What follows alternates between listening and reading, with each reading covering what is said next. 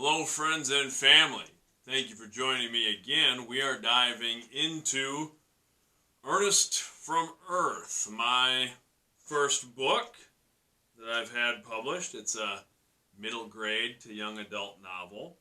I'm going to read through it and then we'll post a separate video and audio piece for the curriculum that is available for classrooms and individuals focusing on social emotional learning competencies as well as literacy skills and just working through the book. So first, shout out, there's the cover art. I was very thankful to Dreaming Big Publications. They let me design the cover art, and I'll maybe talk a little bit more about that later.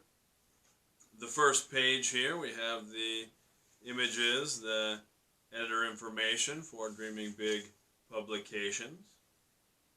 And the book is dedicated to Mickey and Claire, my purpose. Mickey and Claire are my children, and it was kind of fun to dedicate a book to someone. And there was no one better, more meaningful to my life than the two of them. They were the obvious people to whom I needed to dedicate the book. Let's start with Chapter 1. I have a dream that one day this nation will rise up and live out the true meaning of its creed. We hold these truths to be self-evident, that all men are created equal. Ernest stood tall and proud, letting the melodic cadence of Dr. King wash over him as he stood shoulder to shoulder with the thousands that gathered outside the Lincoln Memorial that August day in 1963. I have a dream that my 4 little children will one day live in a nation where they will not be judged by the color of their skin, but by the content of their character. Ernest Emeka was an inquisitive 12-year-old, quiet but curious.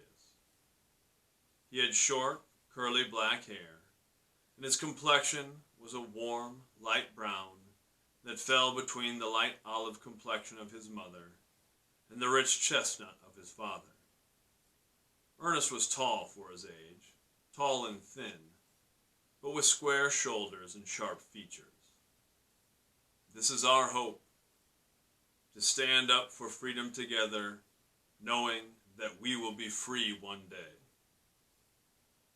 Ernest took in every word, every sight, every nuance of that day. He let the words of Reverend King envelop him, soak into his every pore. He breathed deeply, pulling the words in and letting them resonate. Free at last, thank God Almighty, we are free at last. Those final words delivered in that famous speech by Dr. Martin Luther King Jr. echoed even as the hologram faded away, leaving Ernest standing in his classroom. A dozen students who seconds before stood as a part of the approximately 250,000 citizens gathered outside the Lincoln Memorial in Washington, D.C. on August 28, 1963, returned to their desks. Okay, interjected a round-faced, red-haired boy as he found his seat. That was cool and all, but why do we spend so much time studying things that happened almost 200 years ago? I mean, the world's just so different now. It doesn't even seem like the same place. That's a good question, Brian, acknowledged Mrs. Turner as she assumed her position at the front of the classroom. Why do we study the past? Does anyone have any thoughts? Mrs. Turner floated around the classroom, surveying the students. Anyone? Ernest sheepishly raised his hand. Ernest, Mrs. Turner called, why do we study the past?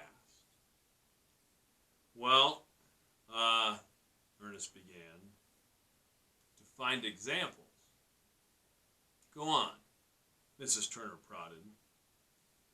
It's like We have to learn from our past, look at our mistakes to learn from them, and find inspiration from people who have come before us. We look at our past to guide our future. That is the end of chapter 1. I've kept the chapters of this book pretty short for a number of reasons. One, to make it easier to read. If we only have a few minutes to read something, to sit through and get through a chapter, I know that feels good. And two, for young people or anyone who might be reading this who maybe struggles to read a little bit or is a slow reader like I am. It's nice to be able to work through a chapter and have a breaking point. So that was a consideration when writing this. And I also like to plot things out as scenes. And I'll talk a little bit more about that in the next audio and next video segment, which will be diving into our curriculum and just some other general discussion about this chapter of the book. Thank you for joining me for chapter 1. We're going to keep this going and look ahead to chapter 2. Hopefully be coming out next week. We'll try to do these hopefully once a week. We'll see, amongst other stuff, but we'll keep them coming out regularly so people can follow along. Thank you so much for joining me. I deeply appreciate it. Much love.